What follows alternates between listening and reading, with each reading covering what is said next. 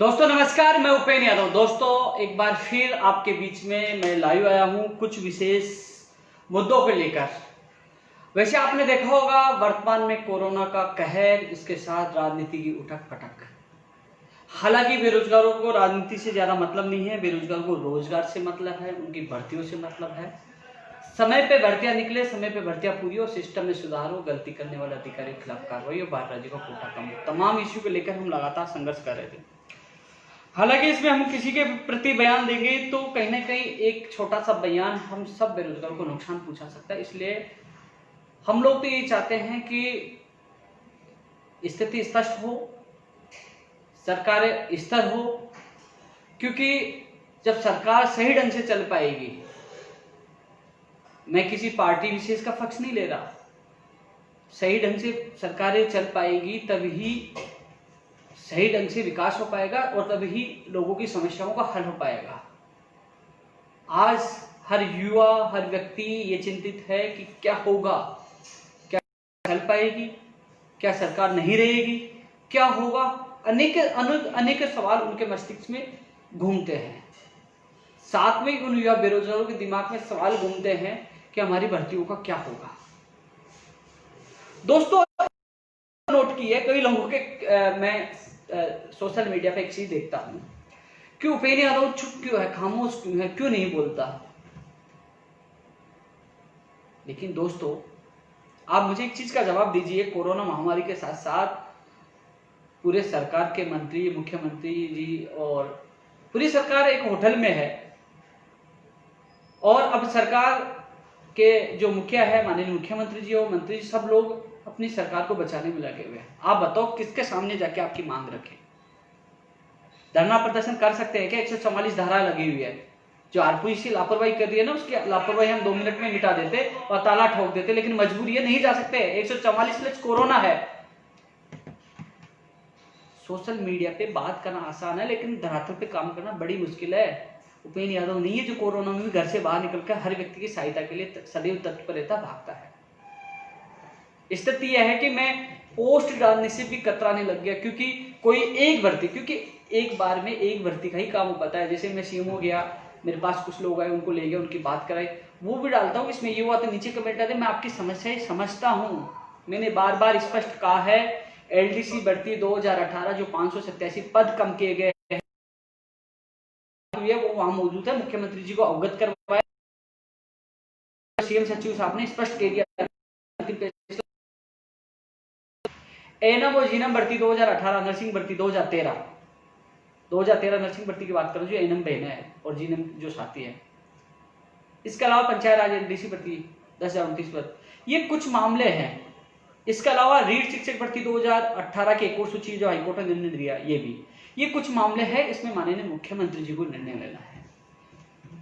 मुख्यमंत्री जी से समय मांगा गया था, लेकिन जो राजनीतिक उठापटक के कारण वो पहले से व्यस्त थे, वो टाइम नहीं दे पाए। लेकिन जैसे ही सामान्य स्थिति होगी उसके बाद मुलाकात होगी, तो ये मुलाकात के बाद ही इन समस्याओं का निस्तारण होगा। जिन भर्तियों को मैं नाम ले रहा हूँ, मैं किसी की पोस्ट डालता हूँ आपकी फीड में देखता हूँ, नाम नहीं लेता या मेरे एजेंडे में वो शामिल नहीं होता, ज्ञापन में शामिल नहीं होता, तो आप कहते हो आप भूल गए, हमारा नाम नहीं ले रहा। मैं इसलिए भूला नहीं हूँ, मैं इंतजार कर रहा हूँ माननीय मुख्यमंत्री जी से मुलाकात का। मुझे आपके उनके अलावा आपका मामला नहीं करेगा, इसमें फाइनल निर्णय माननीय मुख्यमंत्री जी को लेना। आप चाहे किसी मंत्री के पास जाए, किसी सचिव के पास जाए, इसका अंतिम निर्णय माननीय मुख्यमंत्री जी को लेना है। इसलिए मुझे याद है इलेक्शन के सबके लेटर तैयार है, जिस दिन मुलाकात होगी तो इनको मैं मजबूती से रखूंगा, हो सके तो इनके अभ्यर्थियों को साथ और लेके जाऊंगा। इसलिए थोड़ा संयम बनाए रखें। इन 3-4 भर्तियों को मैंने नाम लिया है। दोस्तों वरिष्ठ अध्यापक का एक मामला है, मैं तमाम का इश्यू को लेकर चर्चा करूंगा, काफी लोग जुड़ेंगे। शायद लास्ट जो समय होगा मेरा एंड का, उस समय मैं कुछ सवालों का जवाब भी दूंगा। लेकिन एक सवाल यही है कि वरिष्ठ अध्यापक भर्ती 2018 की बात कर रहा था, उससे पहले मैं कुछ बात मुझे और याद आ गई कि सिस्टम इतना गंदा है। आप सोचिए, मेरे पास आप 5 मांगे लेके आओगे, मैं आपकी 2 मांग कर दूंगा। पता है क्या होता है, हम कहाँ जाते हैं मंत्री जी या सीएम साहब के पास या सचिव साहब का, कोई बड़ा इश्यू होता है, साहब प्लीज ये काम कर दीजिए, ये बहुत अच्छा होगा, दोबारा से हम इतना प्रेशर नहीं बनाएंगे, ये काम कर दीजिए। वो काम हो जाता है, फिर दोबारा जाते हैं। 10 में से कई मांगे हो जाती, कई नहीं हो पाती है। आपके दबाव में मैं आंदोलन भी करता हूँ, खिलाफत भी करते हैं, लेकिन कई बार ये होता है कि एक काम होने के बाद धन्यवाद देके दूसरा काम और सीएम साहब से करवाना, हाँ कि साहब आपने ये काम किया, धन्यवाद। जिस पर एलडीसी भर्ती 2018 किया, फिर 13 का हो गया। हर चीज किसी के खिलाफ हम नेगेटिव रहेंगे तो काम क्यों करेगा। आंदोलन और नेगेटिव विचार तब आने चाहिए कि हमें लगता है कि हमारा काम ही नहीं हो रहा, हमारी सुन ही नहीं रहे। मैंने कल वरिष्ठ अध्यापक भर्ती 2018 के लिए सीएम संयुक्त सचिव साहब को सीएम फोन किया, साहब ये समस्या है, तारीख पे तारीख बढ़ा रही, ये कई समस्या है, एक सर्विसमैन का भी समस्या। आज वहीं से रिटर्न कॉल आके उन्होंने बताया कि आपकी समस्या का निस्तारण कर दिया है। आरपीएससी के अधिकारियों को कह दिया कि जल्द से जल्द एक सर्विसमैन का रिजल्ट निकाला जाए, उनके भी काउंसलिंग करवाई जाए, और उधर वो तारीख नहीं बढ़ाई। लेकिन न्यायालय से जो आज फैसला आया, मीडिया में चला, सोशल मीडिया में चला, लेकिन जो मैंने एक वीडियो डाला था उसमें थोड़ी सी मैंने गलती कर दी जल्दबाजी में, उसके लिए मैं क्षमा चाहता हूं। इतनी भी बड़ी गलती नहीं थी, मैं आपको बता दूं। उसमें जो लल्लू राम वाला केस था, आरपीएससी के एडवोकेट्स में बात हुई थी, मैं धन्यवाद देना चाहूंगा आरपीएससी के एडवोकेट साहब को, मिर्जा बेग साहब को, जो ना आरएस भर्ती में अच्छी भूमिका निभाई और आप वाले मामले में उन्होंने आज मजबूती से पैरवी की। लल्लू राम वाले केस में उन्होंने बात रखी कि आरपीएससी इनका रिजल्ट निकाल देगी, इसलिए इसका स्टे वेकेट किया जाए। लल्लू राम वाले केस में स्टे था, वो स्टे आज हटा है।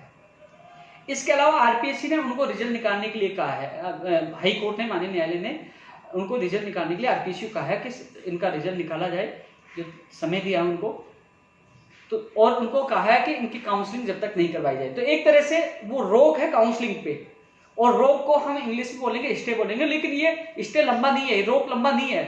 ये केवल यही है कि अब आरपीएससी के एडवोकेट ने कोर्ट में सहमति दे दी है और 27 तारीख को मामले की सुनवाई है। 27 तारीख से पहले, यानी कि आज शायद 20 तारीख होगी, आज 21 है, आज 21 है, तो 27 से पहले उनका परिणाम आ जाएगा। हालांकि सुबह मैंने ट्वीट किया था, सीएम सचिव संयुक्त सचिव साहब का फोन आया था, बोले आरपीएससी को हमने बोल दिया। तो मैं ट्वीट में ज्यादा, आप जानते, ज्यादा भाषा लिख नहीं सकते, लिमिट शब्द होते हैं, तो मैंने लिखा था आरपीएससी और बीकानेर के अधिकारियों से बात होगी। बीकानेर के अधिकारियों से बात थी, वो तारीख नहीं बढ़ाई, आरपीएससी अधिकारी से बात थी कि इस समस्या हल किया जाए, मैंने ट्वीट कर दिया था। और उसके बाद जो सुनवाई हुई, आरपीएससी के एडवोकेट ने भी वहां बात रख दी थी लल्लू राम केस में कि हम लोग इनका रिजल्ट निकालने के लिए एग्री हैं। तो उसके बाद वो स्टे भी हटा है। इसलिए केवल काउंसलिंग को इसलिए रोका गया है कि मान लीजिए काउंसलिंग पहले करा देते हैं, जो एक्स सर्विसमैन है जिनको आप उनका रिजल्ट निकाल रहे हैं, तो उनको इच्छित स्थानीय मंडल उनको नहीं मिलेगा। इसलिए कहा कि पहले इनको रिजल्ट निकालिए, इनको शामिल काउंसलिंग में करिए। तो वो 27 तारीख तक, यानी कि उनके रिजल्ट तक ही काउंसलिंग पे रोक है। थोड़ा सा 5-7 दिन आपको लेट हुआ है, लेकिन कई लोग कहेंगे कि उपेंद्र यादव बार बार धन्यवाद देता है, लेकिन मैं धन्यवाद दूंगा इसलिए दूंगा कि सीएमओ मैं जाता हूं, निवेदन मैं करता हूं आप लोगों के लिए, तो वो तुरंत आरपीएससी या बीकानेर फोन करते हैं, अधीनस्थ बोर्ड फोन करते हैं, कभी क्या आरएस में एडवोकेट जनरल साहब को करवाया, कृषि प्रेक्षक महिला सुपा में एडवोकेट जनरल साहब को करवाया। तो वही फर्ज बनता है मेरा उनको धन्यवाद देना, क्योंकि कई बार स्थिति होती है कि वो बताते हैं कि आपके काम इतने हो गए उपेंद्र जी, अब फिर भी आप नेगेटिव रहो तो रहो। तो मुझे भी लगता है कि मैं कोई मुख्यमंत्री नहीं हूं, मंत्री नहीं हूं, फिर भी कोशिश करता हूं एक एक भर्ती का निस्तारण करवाने के लिए। आरएस भर्ती 2018 का आपने देखा होगा निस्तारण हुआ। अभी कृषि प्रेक्षक महिला सुपरवाइजर महिला आंगनबाड़ी प्रयोगशाला सहायिका, उसका भी अब 23 तारीख को तारीख मिली है इनकी। लेकिन जो मैं बात कर रहा था इसकी सेकंड ग्रेड भर्ती 2018 की, तो इसलिए दोस्तों इनका एक्स सर्विसमैन का भी रिजल्ट जल्द आ जाएगा। किसी प्रकार भर्ती प्रक्रिया कोई रोक नहीं है, केवल काउंसलिंग इनकी रोकेगी क्योंकि उनको इच्छित जिला नहीं मिल पाई, उनको शामिल किया जाए और इनका रिजल्ट आ जाएगा और इनको भी शामिल कर लिया जाएगा। उसके बाद मामला कोर्ट से खत्म है और कोई रोक नहीं होगी। इतना सा जरूर है कि आपको जो 26 जुलाई से ज्वाइनिंग होने वाली थी, वो आपको अगस्त के फर्स्ट वीक से, यानी कि अगस्त में भगवान का आशीर्वाद रहा तो आप लोग अपनी अपनी स्कूलों में 15 अगस्त को झंडा पहनाओगे। ये मेरी भी कोशिश रहेगी, हम सब मिलकर पूरी कोशिश करेंगे कि इस बार जो वरिष्ठ अध्यापक भर्ती 2018 के अभ्यर्थी अपने स्कूलों में, वैसे स्कूलों में तो हालांकि शिक्षक तो जा ही रहे ना, स्टूडेंट तो आ ही नहीं रहे, तो अपने स्कूलों में झंडा पहना सकते हैं। ये हमारी पूरी कोशिश होगी।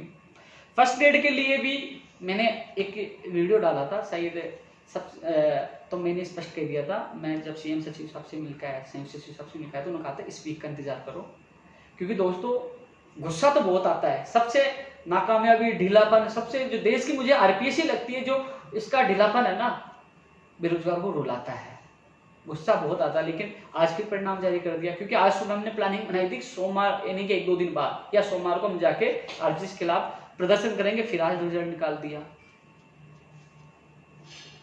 अब यदि अगले परिणाम में यदि इन्होंने देरी की, जिस प्रकार ये 5 दिन 7 दिन 10 दिन ले रहे, तो दोस्तों यदि संडे तक परिणाम नहीं आते, संडे से पहले तक, तो सोमवार को हम लोग जो आपके साथी जो जयपुर के आसपास का है और जो भी आना चाहिए वो अजमेर पूछे। और यह जरूर है कि जो फर्स्ट ग्रेड वाले जो परिणाम के लिए मुझे कॉल और मैसेज करते हैं, मुझे भी जयपुर से रिसीव कर लेना, मैं आपके साथ चल चलूंगा। पहले तो मुझे बीकानेर, जोधपुर, जहां भी जाना था मैं चला जाता था, लेकिन अब मेरा बेरोजगार महासंघ इतना मजबूत नहीं कि मैं 2-2.5 हज़ार का तेल जलाऊं जा पाऊँ। मैं आपके साथ, मुझे आपकी गाड़ी में ले चलना, मैं चलूंगा और आपकी आवाज़ उठाऊंगा, और मैं साथ जाने के लिए तैयार हूँ, आपकी आवाज़ उठाने के लिए, वहाँ आरपीसी के बाद प्रदर्शन के लिए। कृषि प्रेक्षक, महिला सुपरवाइजर, प्रयोगशाला सहायक, जो 3 भर्तियां, एक आंगनबाड़ी वाली भी है जो कार्यकर्ता कोटा वाली, 4 भर्तियां। हालांकि 3 में एसटीएफ का मामला है, चौथी में जो जोधपुर से उनकी याचिका खारिज राजस्थान हाईकोर्ट में भी उनका मामला है। इनके लिए संदर्भ में जिस प्रकार हमेशा सीएमओ से मुझे सहयोग मिला है कि इनकी तारीख 26 अगस्त थी, अब 23 जुलाई हो गई है। कई लोग इंतजार करें, बहुत दुखी, बहुत परेशान है। थोड़ा सा यही है कि अभी राम सिंह वाला दिखा रहा है, कल स्पष्ट हो जाएगा, क्योंकि जब 14 जुलाई दी गई थी तब उस जो मेंशन करवाया गया था पिछली बार, तब उन्होंने स्पष्ट कर दिया था सारे केसों को एक जगह, बोले कि सारे केस एक जगह टेक कर दिया गया था। लेकिन इसमें संध्या को दिखाया नहीं गया, राम सिंह वाले में भी दिखा तो रहा है, लेकिन ये स्पष्ट नहीं हो पा रहा कि वो टेक किया गया है कि नहीं किया गया। लेकिन कल स्पष्ट हो जाएगी। यदि दोस्तों मेरे हिसाब से ये टेक हो जाएगा केस आपका, और 23 तारीख को सुनवाई हो जाएगी।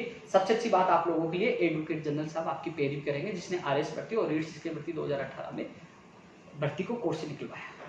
और यदि ये टेक नहीं हो पाते हैं, टेक वैसे हो जाएंगे और 23 तारीख को सुनवाई हो जाएगी, लेकिन फिर भी मैं आगे की सूचना और बता दूं, यदि टेक नहीं हो पाते मान लीजिए, तो 23 तारीख को जब पूजा वाले मामले में जब नंबर आएगा, तो एडवोकेट जनरल साहब वहां बोलेंगे, साहब ये मामले तीनों एक है और इसमें एक साथ सुनवाई की जाए। तो फिर वो एक दो दिन की, जैसे जिस प्रकार हमने करवाया था 14 तारीख थी, तो 1-2 दिन आगे वो दे सकते हैं यदि टेक नहीं होता। लेकिन कल इस संबंध में मेरे संबंधित एडवोकेट से बात हुई है, वो कल जाके एक बार मौखिक वहां अपनी बात रखेंगे। मेरे हिसाब से ये संध्या और राम सिंह सारे केस टेक हो जाएंगे।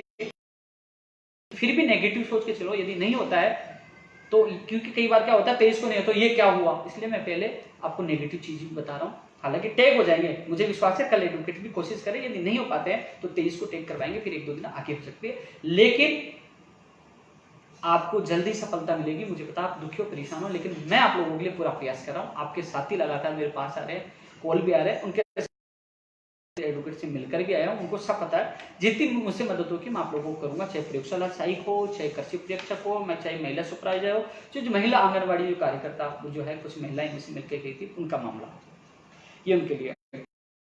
रीड 2020 की एक और सूची का आदेश हो गया, लेकिन जब तक हमारे पास में कॉपी नहीं आ जाए, हमारे एडवोकेट ने कहा कि हमारी जीत हो गई है, विषय में नंबर आया उनको रिमूव, और समस्त पदों पे, रिक्त पदों पे सूची निकल जाए, ये उन्होंने मौखिक तौर पे बताया। लेकिन उसकी कॉपी आने के बाद मुख्यमंत्री जी को लेना है, और इसलिए मुझे पता है, लेकिन इसकी कॉपी आने के बाद ही मैं एक्शन लूंगा। जो करना मजबूती से करेंगे, और बस यही है, आप लोग विशेषकर मैं दोबारा कह रहा हूँ, किसी की बातों में नहीं आए, भ्रमित ना हो, और एकजुट हो जाए, मजबूत हो जाए। जब आपको कहा जाए क्या करना, कैसे करना, कहाँ आना, आप तैयार है ना, क्योंकि माननीय मुख्यमंत्री जी से हम एक बार एक साथ मिलेंगे, उनसे निवेदन करेंगे कि कहा गया कॉपी आ जाए, कोर्ट का फैसले की कॉपी आ गई है। लेकिन इसके लिए मैं विशेषकर अलग से वीडियो डाल दूंगा, बता दूंगा, पहले जो कॉपी आने का इंतजार करो।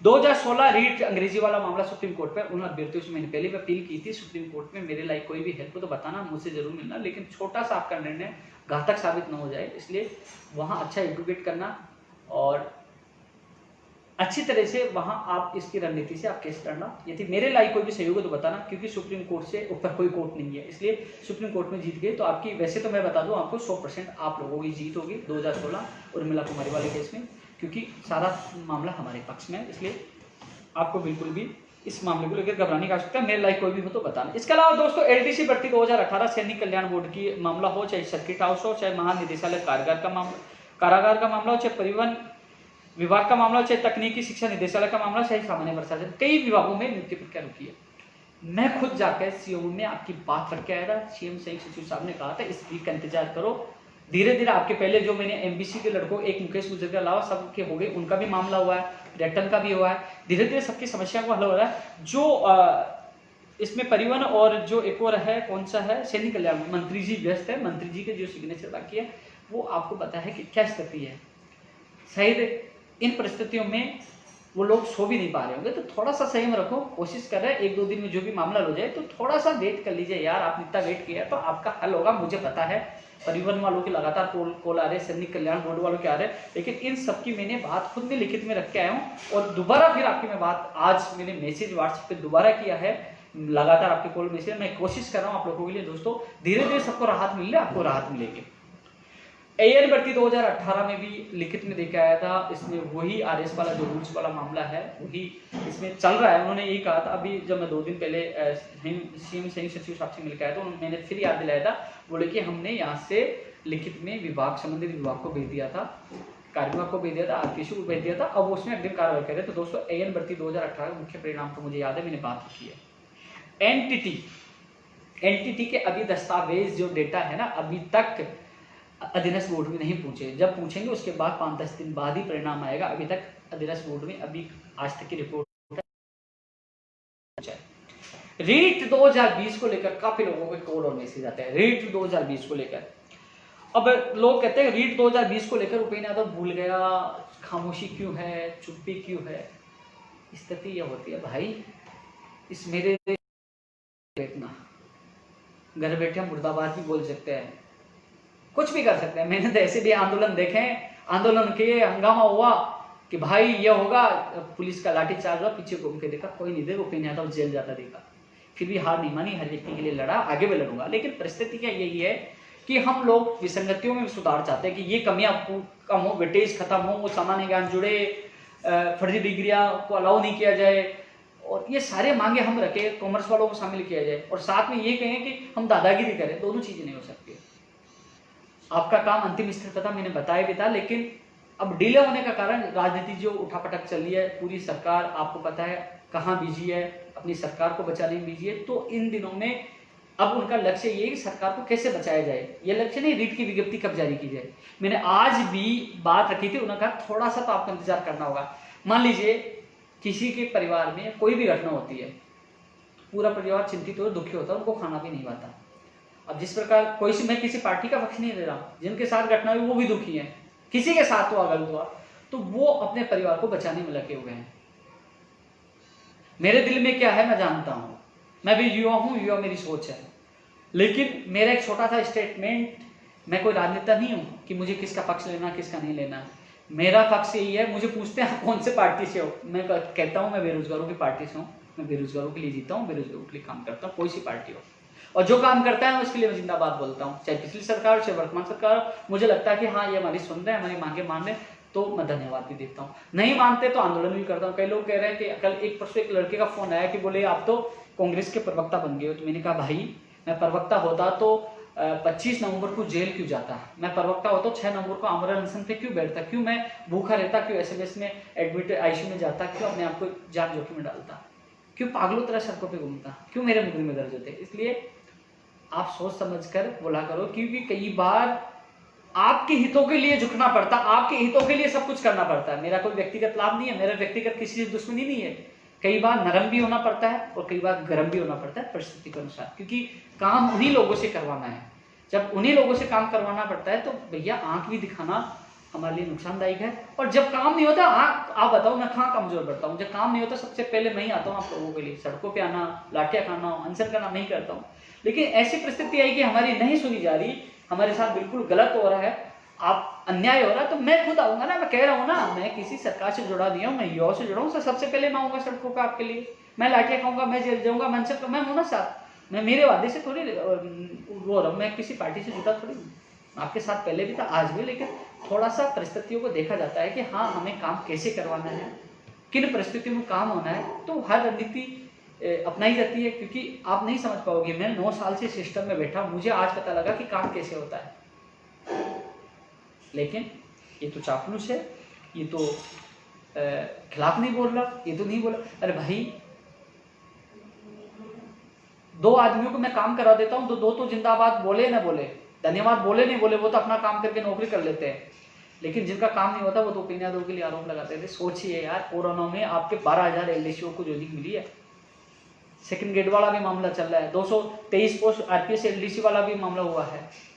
धीरे धीरे काम तो हो रहे हैं यार, कर पा रहे हैं, सहयोग कर रहे हैं, निस्तारण हो रहा है। तो मैं आपकी बात रख रहा हूं, तो हर चीज का ध्यान रखना पड़ता है। और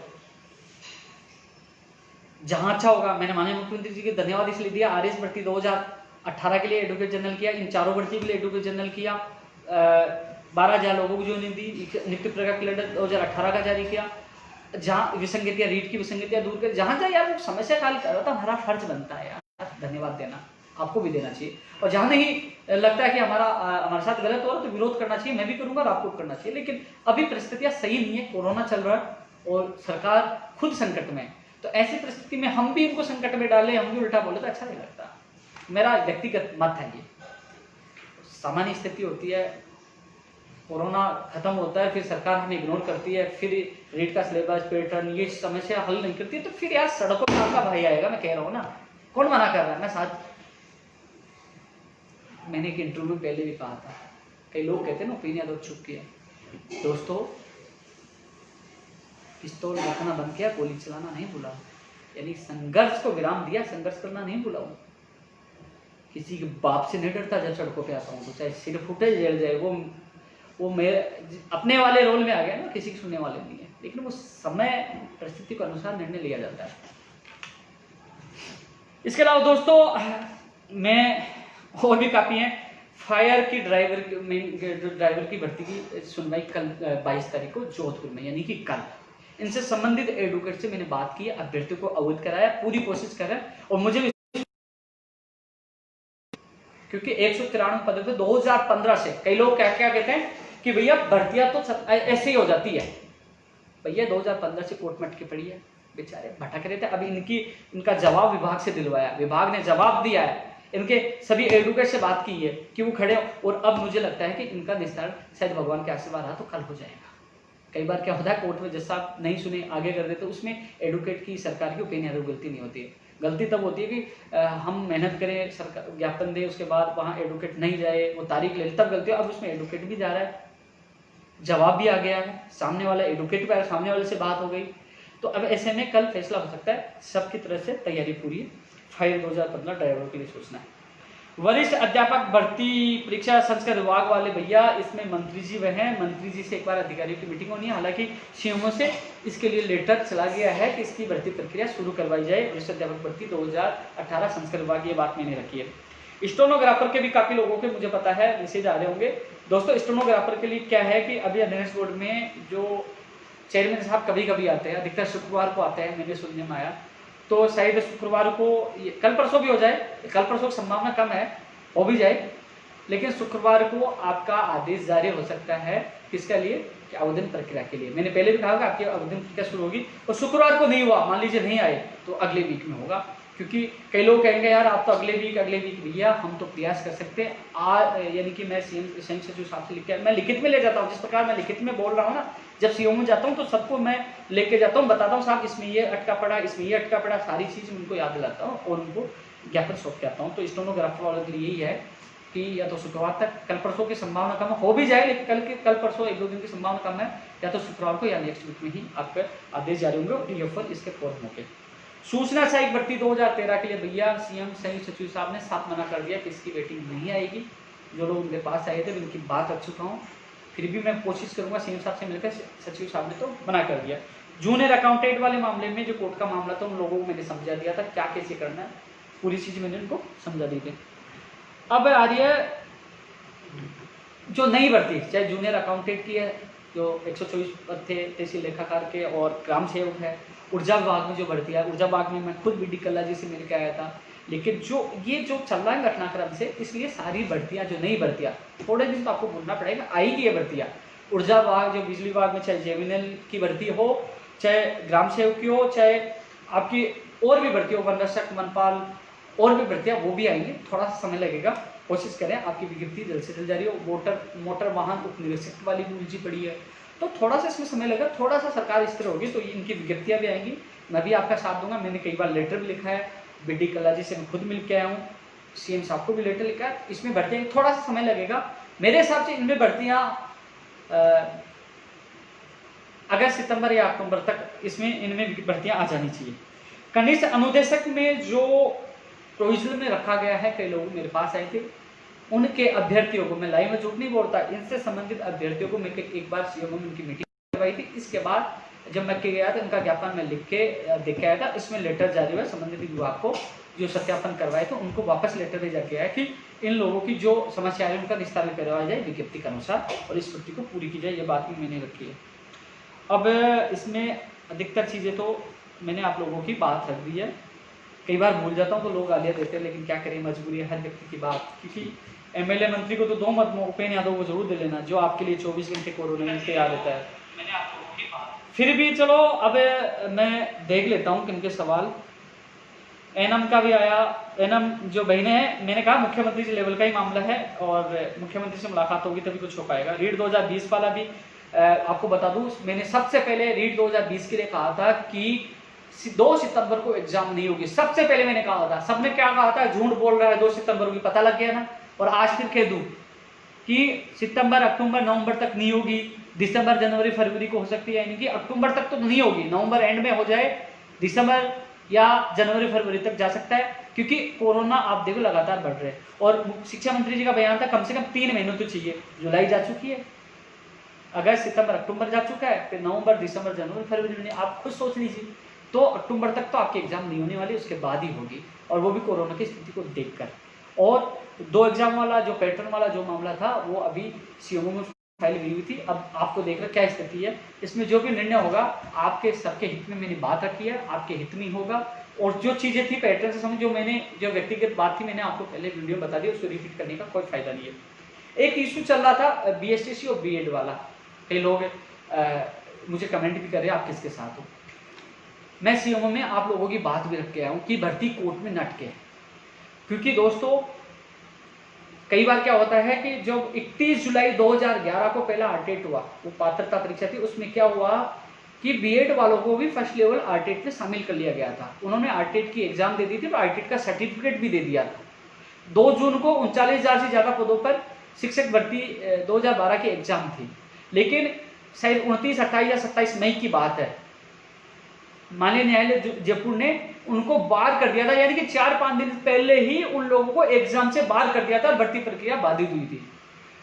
तो ये बार बार भर्ती रुकना, क्योंकि 31 जा रहा है, चाहे बीएड वालों को मिले चाहे एसटीसी वालों को मिले, भर्ती रुकेगी तो किसको नुकसान होगा? आप लोगों को। मेरा व्यक्तिगत मत है, हमें ये विवादित चीजों को छोड़कर हमें मांग यही करनी चाहिए कि भैया साफ सुथरे नियमों से भर्ती हो और पदों की संख्या और बढ़ाई जाए, जिससे हम लोगों को फायदा हो।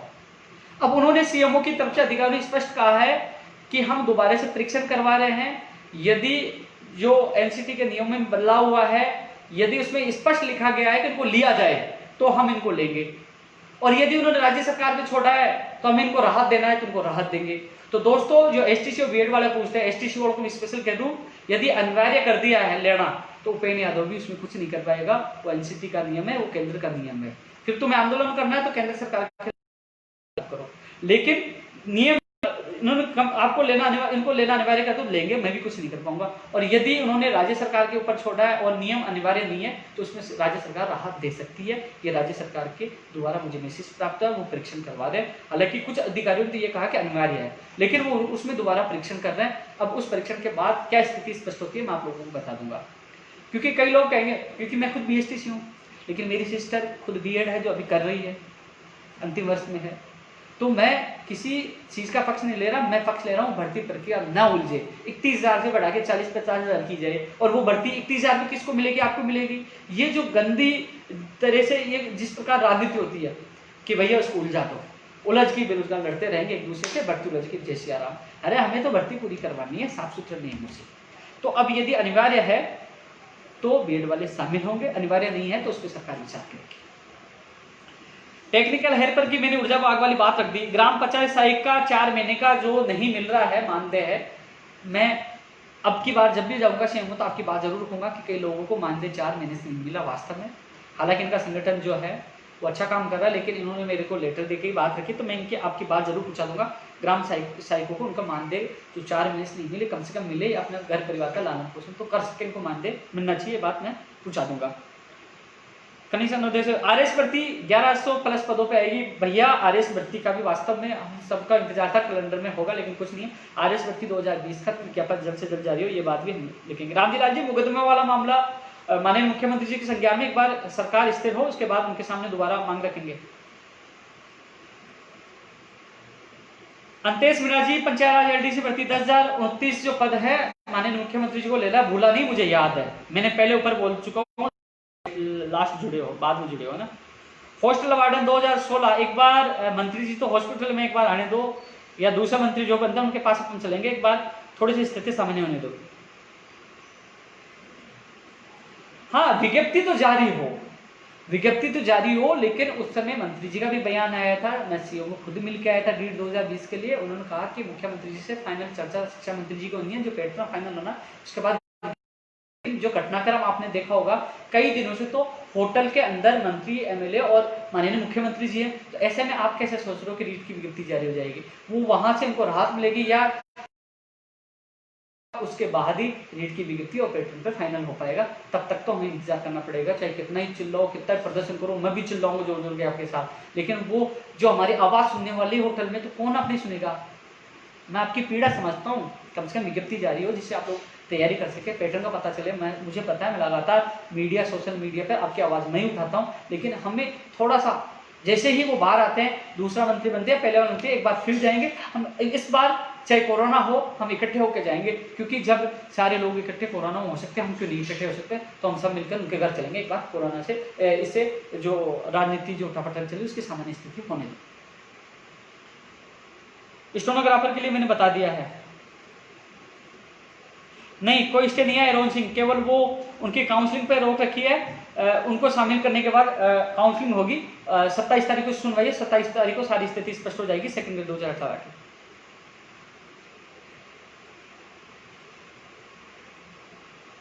आयुर्वेद नर्सिंग भर्ती 2013 का भी मामला, जो 1000 कितने पद कम किए गए थे, वे भी मुख्यमंत्री जी इस पर फाइनल फैसला लेंगे।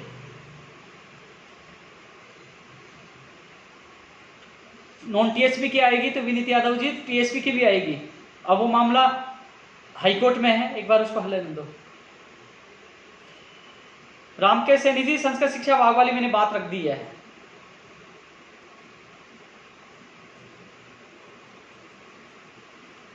संदीप कुमार जी, NOGNM की मैं स्पष्ट दोबारा कह रहा हूं, इसमें माननीय मुख्यमंत्री जी को फैसला लेना है, एक बार उनसे मुलाकात होगी, तब तक हमें संयम बना के रखना है। मुझे आपका दर्द पता है, उन बहनों के आंसू पता है, मैं इंतजार कर रहा हूं माननीय मुख्यमंत्री जी की मुलाकात का।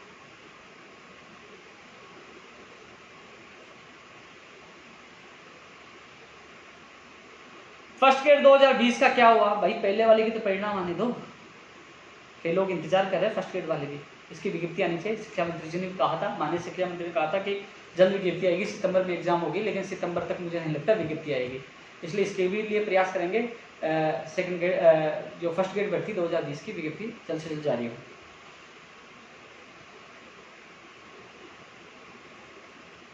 गौरी शंकर जी, आंगनवाड़ी महिला कोटा परीक्षक वाली भर्ती वाले मामले में मुझे आपका ज्ञापन प्राप्त हो गया। मैंने व्हाट्सएप कर दिया था, उनको फोन पे सुबह अवगत करा दिया। मैं रोज रोज सीएम में नहीं जा सकता, लेकिन इस बार जाऊंगा तो मैं आपकी बात मजबूती से रखूंगा। संबंधित एडवोकेट से भी मैं मिल के आऊंगा। जो आपका मामला जयपुर हाईकोर्ट में चल रहा है, जो सैनी जी इसमें सरकार के डबल एजेंट, उनसे मैं फोन पे बात नहीं हो पाई, लेकिन मैं उनसे मिलकर पूरी कोशिश करूंगा।